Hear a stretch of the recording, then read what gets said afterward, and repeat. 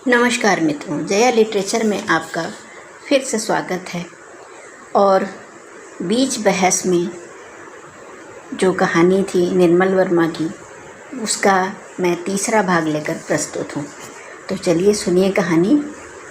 बीच बहस में वह छूने लगा अंधेरे में उनकी देह को।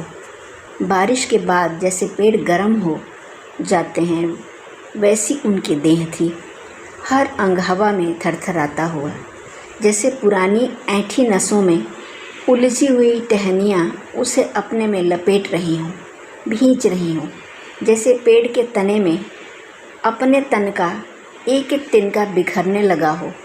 छोड़ो, वह अमानवीय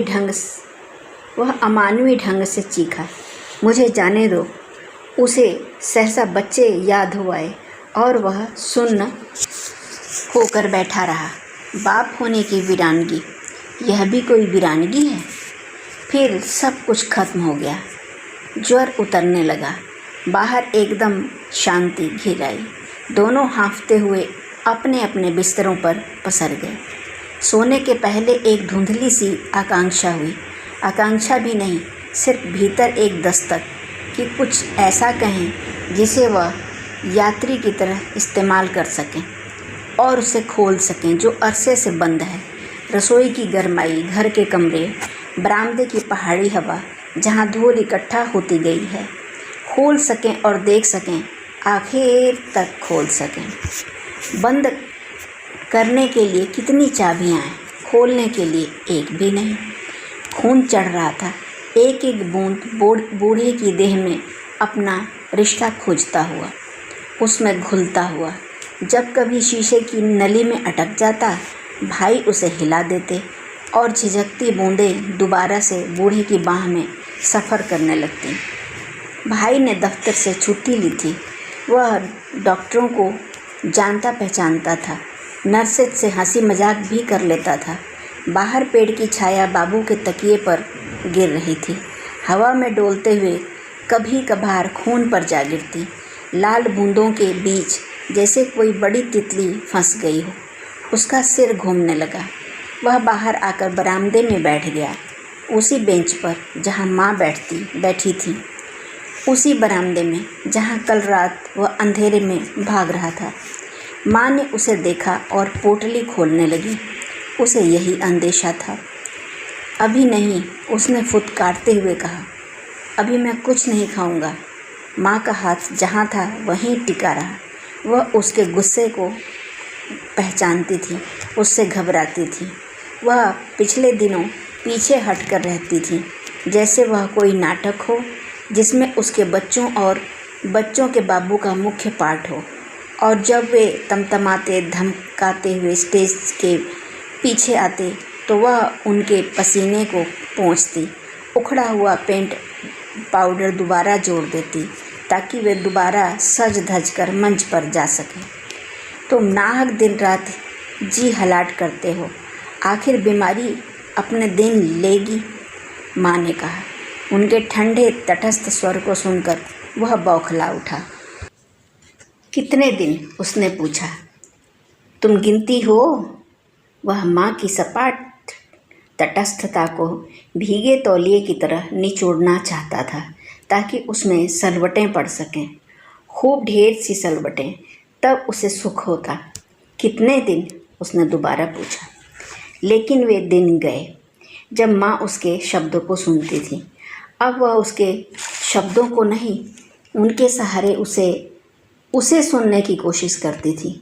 शायद एक उम्र के बाद ऐसा ही होता है सबके साथ, लेकिन सबसे ज़्यादा माँ बाप के साथ, जो अपने बच्चों की बढ़ती उम्र की छाया तले स्वयं छोटे होते जाते हैं। सुनो, माँ ने उनके शब्दों को बुहार कर एक तरफ सरका दिया। तुम घर जाकर थोड़ा आराम कर लो। मैं और छोटे तो हैं ही, ज़रूरत पड़ी तो तुम्हें बुलवा भेजेंगे। वह जैसे किसी ज़िद्दी बच्चे को पुचकार रही हूँ। उसने माँ को देखा और मुट्ठियाँ बंद करके बैठा रहा। वह ताड़ गई कि वह यही चाहता है, वह यही चाहता था, लेकिन वह एकदम उठा नहीं। वह यह नहीं जतलाना चाहता था कि अस्पताल से छुटकारा पाने के लिए चाहे कुछ देर के लिए ही वह उतना उतावला है। माँ और भाई के हाथों में उन्हें सौंपकर वह छुट्टी लेना चाहता था। कितने वर्षों से उसे छुट्टी नहीं मिली, उसने विस्मय से सोचा। जब वहाँ था तो अपनी पत्नी और बच्चों से छुटकारा पाने की हविश उठती थी। हमेशा नहीं, कभी कभी दांत के दर्द की तरह। लेकिन छुटकारा पाना एक बात है, गोली निगल कर दर्द दबाना दूसरी बात है। छुट्टी बीच में कहीं नहीं आती। भीतर लहू उतर रहा था, चढ़ रहा था। लाल बूंदों के बीच बाबू बेहोशी में बह रहे थे। तकिए पर बाहर की डाल जैसे कोई बारिश में भीगी रहती हो, हिलते ही लाल लाल बूंदें झरने लगती। बूढ़े के चेहरे पर मक्खी घूमने लगती, बेंगाटेल की गोली की तरह, जो बार बार चारों तरफ घूमती हुई एक छेद में आ फंसती है। वह बिना किसी को से कुछ कहे बाहर आ गया। वह कुछ इतने झपाटे से बाहर आया मानो पेशाब करने जा रहा हो। अभी आया की तरह। नर्सिंग होम के अहाते के बाहर आते ही उसके पांव धीमे पड़ गए।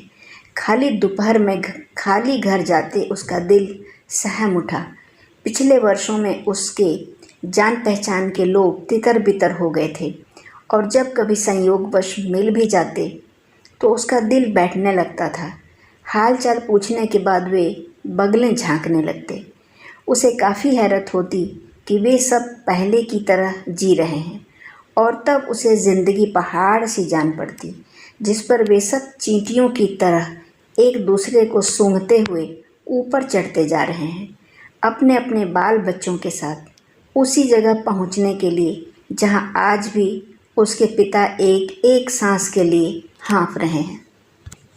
दम उसका भी उखड़ने लगा, लेकिन वह काफ़ी देर तक चलता रहा। जैसे अस्पताल से जितना दूर भागता जाएगा, छुट्टी उतनी पास आती जाएगी। अस्पताल के पीछे भूली भटियारी का मैदान था, एक यूथ हॉस्टल जिस पर अलग अलग देशों के झंडे फहरा रहे थे। कुछ हिप्पी किस्म के लड़के लड़कियां धूप में लेटे थे। चारों तरफ भूरे झाड़ झंखाड़, धूल से आटे हुए बंजारों के डेरों से धुआं उड़ रहा था। औरतें अपने बच्चों के बालों को उधेड़ रही थीं, जूं और जीवों की खोज में। मांस और मैल की एक देह तनाने वाली गंध फैली थी। अस्पताल की ठंडी सभ्य गंध से बिल्कुल अलग। बाहर की दुनिया पर मार्च की नीली छत, खुली छत पर घोंसलों के बादल, वह इन्हें नहीं देखेंगे। उन्हें कुछ भी नहीं मालूम। एक एक बूंद में रिश्ता हुआ एक पराई देह का पथराया खून उनकी देह में गिर रहा था। वह उसके नीचे बैठ गया जैसे भीग रहा हो, उनके खून की सुर्ख छाया तले, जिस पर चीलें थीं। डॉक्टर थे, माँ थी प्रतीक्षा करते हुए। घर था, हाँ, उनका घर। सुनते हो, मुझे घर ले चलो। पहाड़ी के नीचे वह उनकी छड़ी पकड़कर नीचे उतरता। उन्होंने पी हुई होती। लड़खड़ाते हुए नीचे उतरते और ऊपर चढ़ते तथा फिर नीचे उतरते। पहले माल रोड की ढलुआ सड़क, फिर काली बाड़ी की उतराई। वह बार बार उनकी छड़ी संभाल लेता। मुन्ने भाई, आज हमने बहुत पी डाली। वे हंसते। क्लब में बैठकर वे दोस्तों के साथ पीते रहते और वह सबसे अलग थलग खड़ा रहता, खिड़की के पास खड़ा रहता, जिसके ऊपर बर्फ़ में शिमले की बत्तियां धुंधुआती रहती। आधी रात की बर्फ़ में कोई उन्हें देखता तो हैरत में पड़ जाता। एक बदहवास सा लड़का अपने बाप की छड़ी से खुद अपने बाप को घसीटता नीचे उतार रहा होता।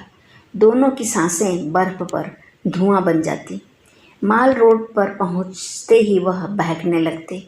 झटके से उसके हाथ से छड़ी छुड़ा लेते और उसे हवा में इस तरह घुमाते मानो बाबू नहीं, खुद छड़ी शराब के नशे में झूल रही हो।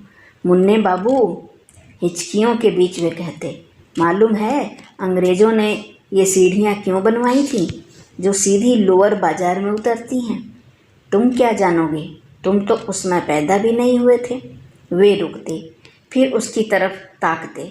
एक क्षण के लिए बिल्कुल गंभीर बन जाते। कहते, बहुत पहले जब शिमला बना था, माल रोड पर सिर्फ अंग्रेज चल सकते थे। जब कोई हिंदुस्तानी भूल से माल पर चला जाता तो पुलिस उसे फौरन सीढ़ियों के रास्ते नीचे लोअर बाजार में पहुंचा देती। सच। हंसते हंसते वह दोहरे हो जाते। उसके गले में हाथ डाल देते। इतनी जल्दी मत चलो, देखो हमारी सांस फूलती है। I am breathless. वे अंग्रेजी पर उतर आते। Look, don't run, my breath, it is running out, it comes and goes. टूटती हुई सांस।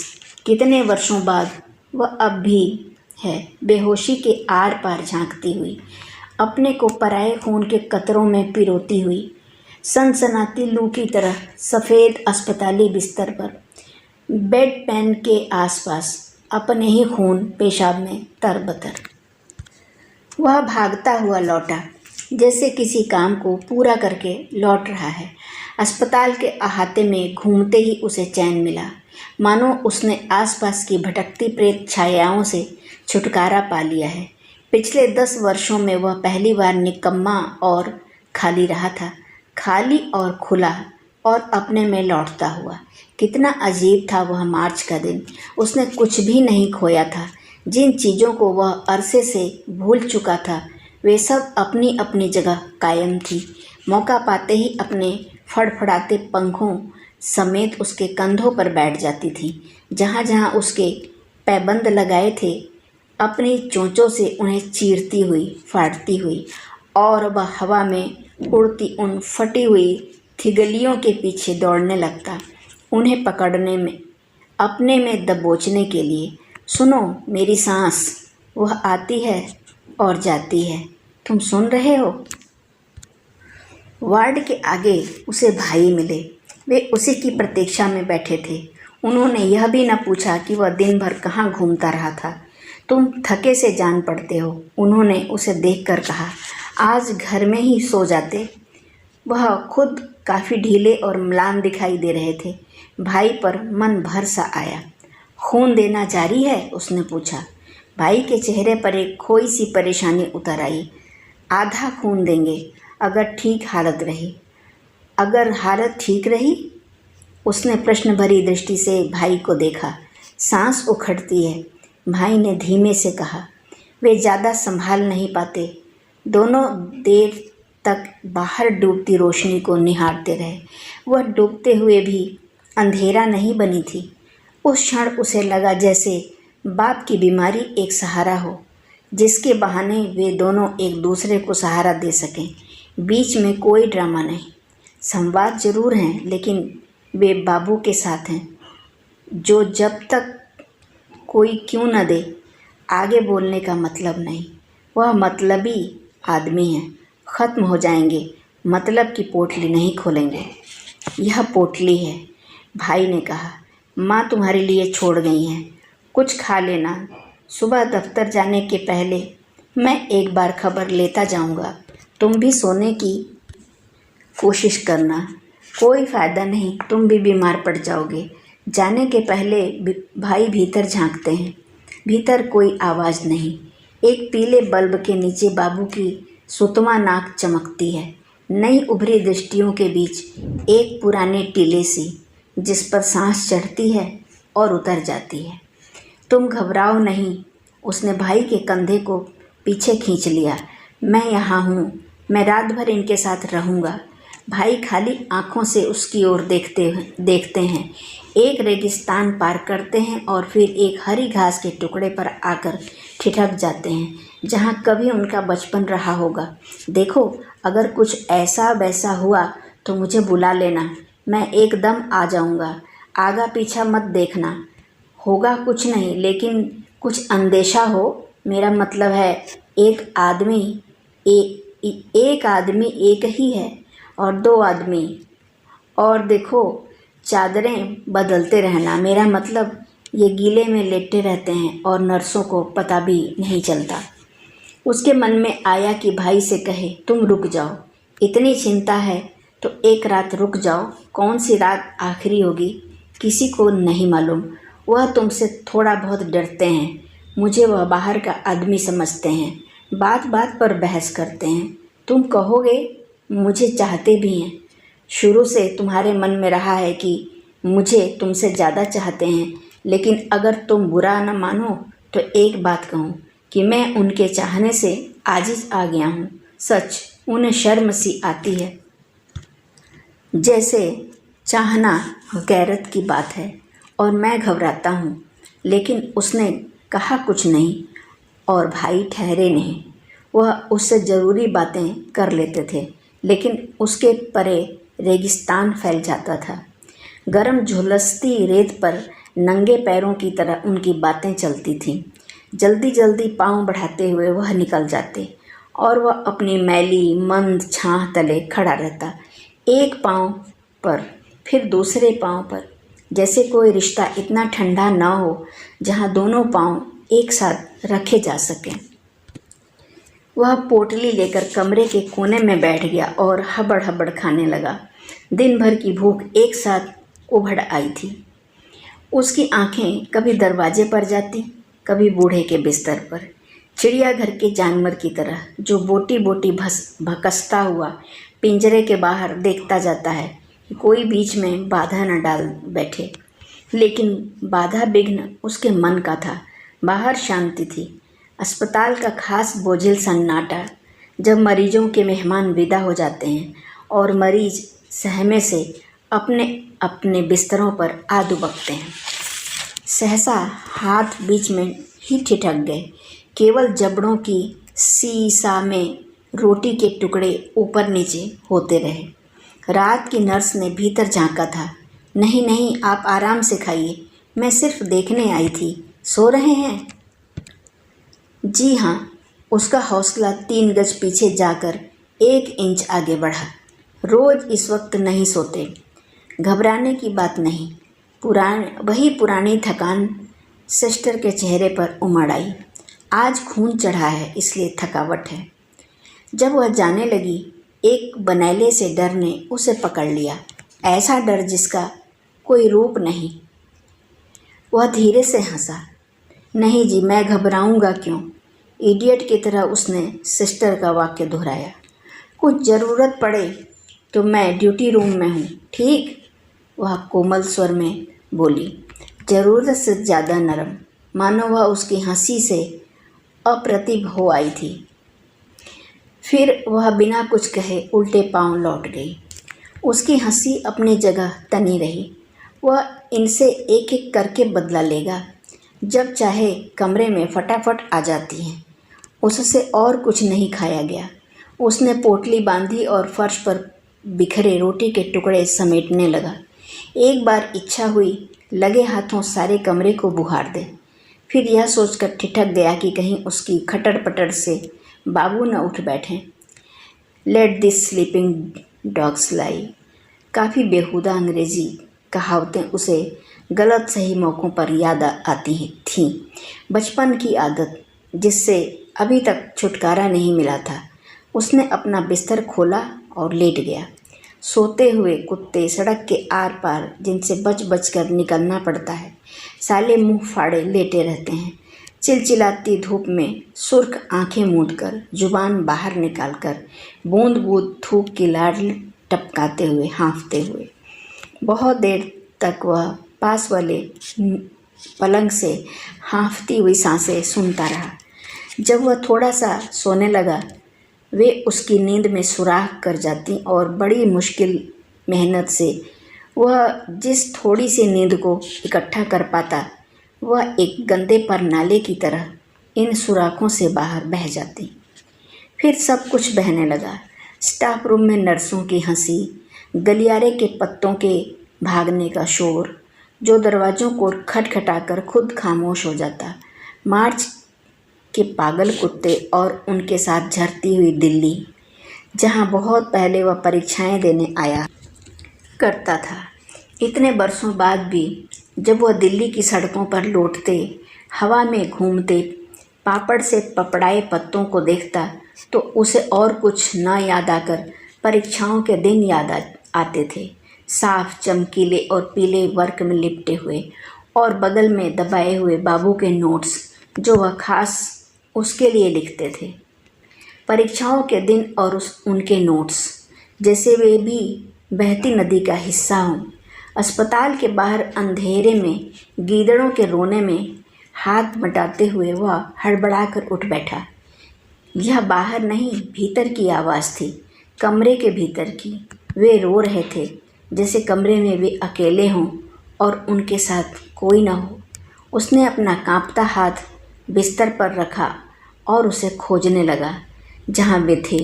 वे अब हाँफ नहीं रहे थे। उखड़ी हुई सांसें किनारे पर बैठकर सुस्ताने लगी थीं। लगता था चढ़ाई खत्म हो गई है और अब वे नीचे उतर रहे होंगे। फिर यह बिलखना क्यों, जैसे उतरना कोई शर्म की बात हो। वह उन्हें सहारा देने के लिए झुका, जैसे छड़ी की मूठ टटोल रहा हो। अंधेरे में उसके हाथ खून देने की नली से जा टकराए। एक सहमी सी झंझनाहट बिजली सी लपलपाती हुई दोनों के आर पार डोल गई। तुम यह क्या कर रहे हो? वे एकदम चिल्लाने लगे। मैंने सोचो नहीं, सो जाओ। तुम्हें मेरी नींद की गोलियां चाहिए तो ले लो, मुझे छुट्टी दो। वह जहाँ था वहीं बैठ गया। नींद की गोलियां वह खाएगा? फिर वही मैला बरसों पुराना गुस्सा फन निकाल कर घूमने लगा। भीतर बाहर की तहों को छीलता हुआ ऊपरी मांस को कुरेदने लगा जहाँ से खून निकलता है। उसे लगा जैसे अब भी वह पुराने दिनों की तरह जूते हाथ में उठाए सीढ़ियाँ चढ़ रहा है, चुपचाप एक एक कदम चुराते हुए, जिससे बाबू की नींद में कोई खलल ना पड़े। लेकिन वह पहले से ही ऊपर उसके इंतज़ार में खड़े हैं। सो नहीं रहे, सिर्फ देख रहे हैं कि कैसे वह जूतों को हाथ में लिए चोरों की तरह ऊपर चढ़ रहा है। कम यू कांट फील मी, वे हंस रहे थे। वे उन दिनों इसी तरह हंसते थे। वे रो रहे हैं।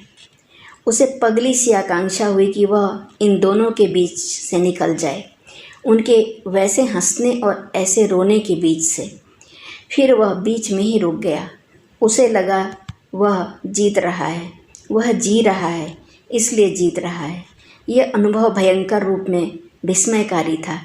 एक खास सीढ़ी पर पहुंचकर महज जीना ही जीतना हो जाता है, बिना बदला चुकाए, बिना अपनी तरफ से हाथ पैर मारे।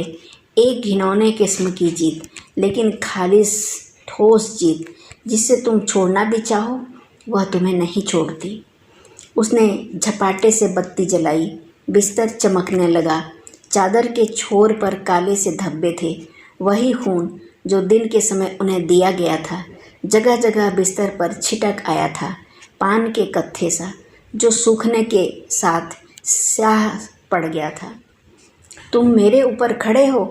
बूढ़े ने हवा में हाथ हिलाया, मानो किसी अदृश्य मक्खी को अपनी देह से उड़ा रहे हों। आपको कोई बुरा सपना आया? बुरा सपना?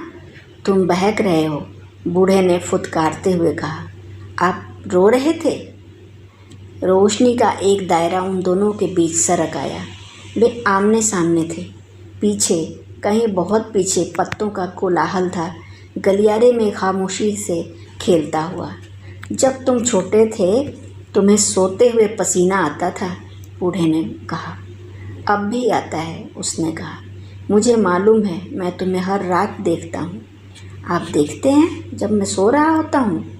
उसके स्वर में एक हिकारत सी भर आई, घृणा से दूर, ग्लानि से दूर, ग्लानि के पास। हम तुम्हारी चादरें बदलते थे, बूढ़े ने कहा। आप मेरे बारे में मत सोचिए, अपना देखिए, उसने थरथराते स्वर में कहा। अपना देख रहा हूँ, तुम भी कभी देखते हो। वे अश्लील ढंग से हंसे। हे ईश्वर!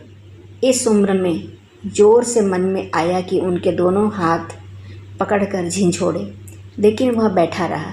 जहाँ कुछ क्षण पहले उसकी जीत थी, वहाँ अब कुछ न था। उस कुछ नहीं की दीवार से वह चिपटा हुआ बैठा रहा, छिपकली सा, जिसे वे लाठी से कुरेदते हैं, और वह कभी इधर भागता है, कभी उधर, लेकिन दीवार को नहीं छोड़ता। वह धुंधुआता हुआ अपने बिस्तर पर लौट आया, लेकिन लेटा नहीं, जैसे आधा खेल अभी बाकी हो। वह बीच में भागेगा नहीं। आखिर तक उनके साथ चलेगा, उनके ब्लफ के साथ साथ उस दांव तक जहां उन्हें अपने पत्ते दिखाने या गिराने के अलावा कोई दूसरा रास्ता नहीं रहेगा। पत्ते वे भाग रहे थे अस्पताल के अंधेरे गलियारे में, हर वार्ड का दरवाज़ा खटखटाते हुए। सो रहे हो तो बत्ती बुझा दो, बूढ़े ने करवट ली। वह बत्ती बुझाने के पास आया। सुनो, आपने कुछ कहा? उसके हाथ ठिठक गए। मैं तुमसे माफ़ी मांगता हूँ। उसे लगा वे हंस रहे हैं, चेहरे से नहीं, शब्दों से। शब्दों से नहीं, सिर्फ बुखार में तपी अपनी समूची देह से, जो वे थे, जो वे बनते गए थे। उसने पत्थर उठाया तो नीचे माफ़ी नहीं थी। वह पुराने कीड़े केंचुल थे जो सूरज की रोशनी में तेल मिलाने लगे। उसने जल्दी से पत्थर पुरानी जगह सरका दिया। वह लेट गया। फिर वह वहीं लौटने लगा जहाँ मिट्टी में लिथड़ा पत्थर चमक रहा था। आप कसकर लाठी की मूठ पकड़े रहिए, उसने बाबू से कहा। अंधेरी उबड़ खाबड़ उतराई पर उनके पांव लड़खड़ा जाते थे, जैसे सफ़ेद बर्फ पर वह अपने नशे के लाल सुर्ख फूलों के इर्द गिर्द चक्कर लगा रहे हों। माफ़ी कैसी? उसने भर्राए स्वर में कहा। आप क्या कह रहे हैं? मैं सोच रहा था, बूढ़े का स्वर विनीत सा हो आया। मैं सोच रहा था तुम हमेशा गुस्से में तने रहते हो। सुनिए, आप मेरी फिक्र मत कीजिए। उसका स्वर अनायास बहुत धीमा पड़ गया।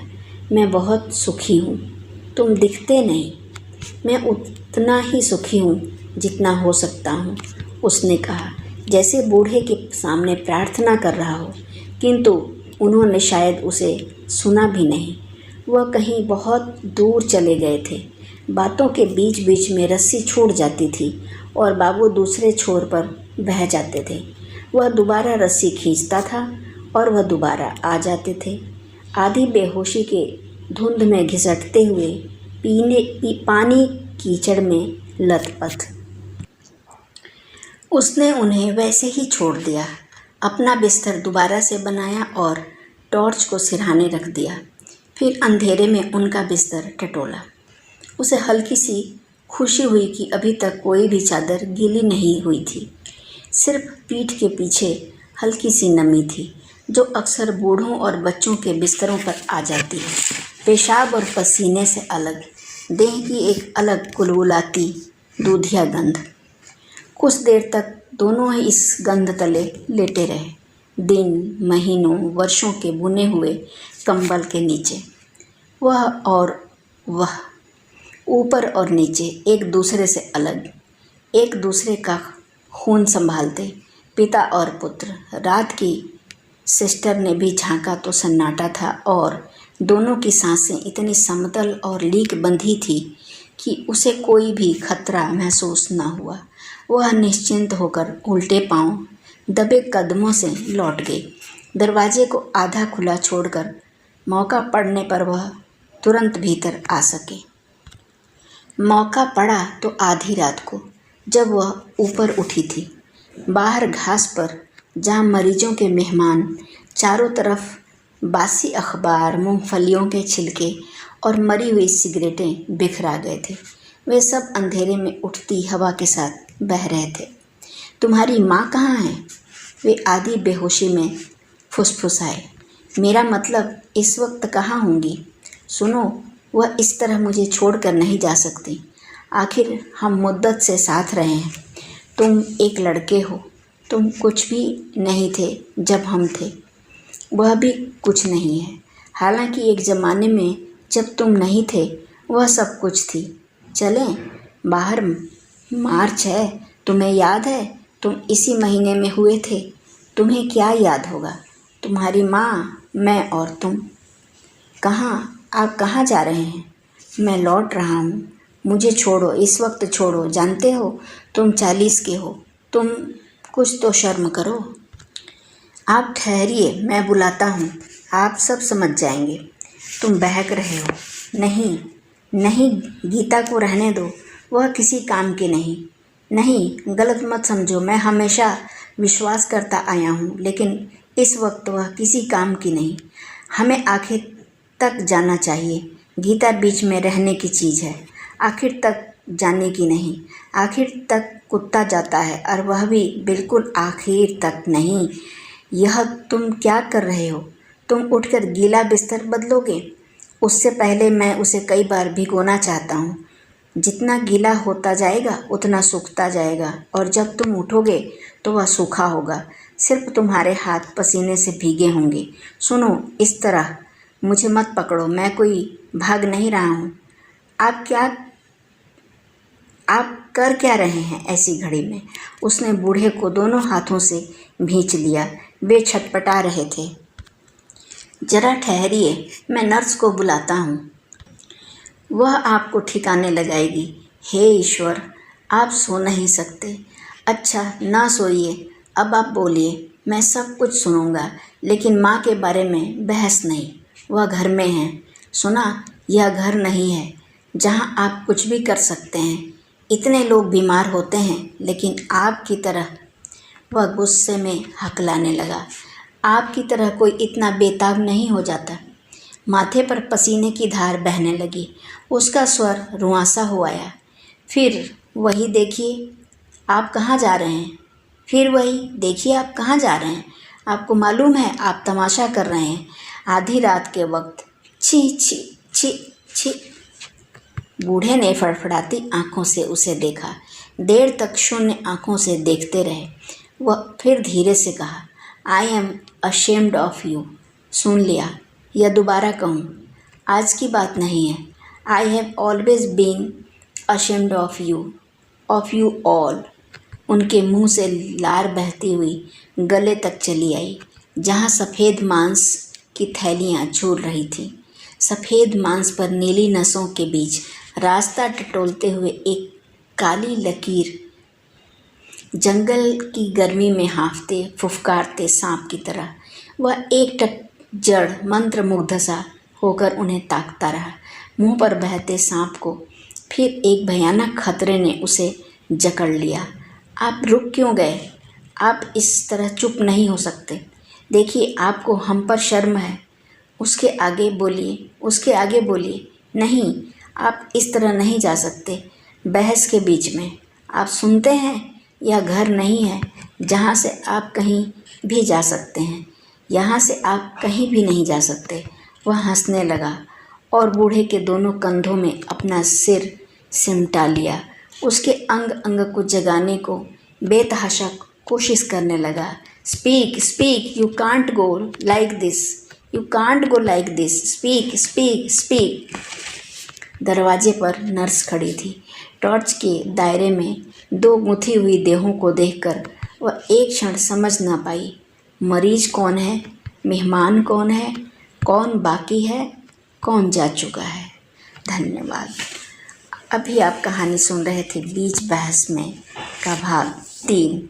एक पिता और पुत्र के बीच की जो बॉन्डिंग होती है वो इस कहानी में देखने को मिली है। अद्भुत कहानी है। आप अपने मित्रों के साथ भी इसे शेयर कीजिएगा और मेरे चैनल को सब्सक्राइब कीजिएगा। आपका बहुत बहुत धन्यवाद।